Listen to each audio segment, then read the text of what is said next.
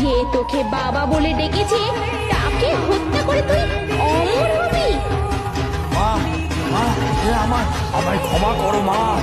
আমার আমার অমরত্বের লাভের লোভ হয়েছিল মা। ক্ষমা?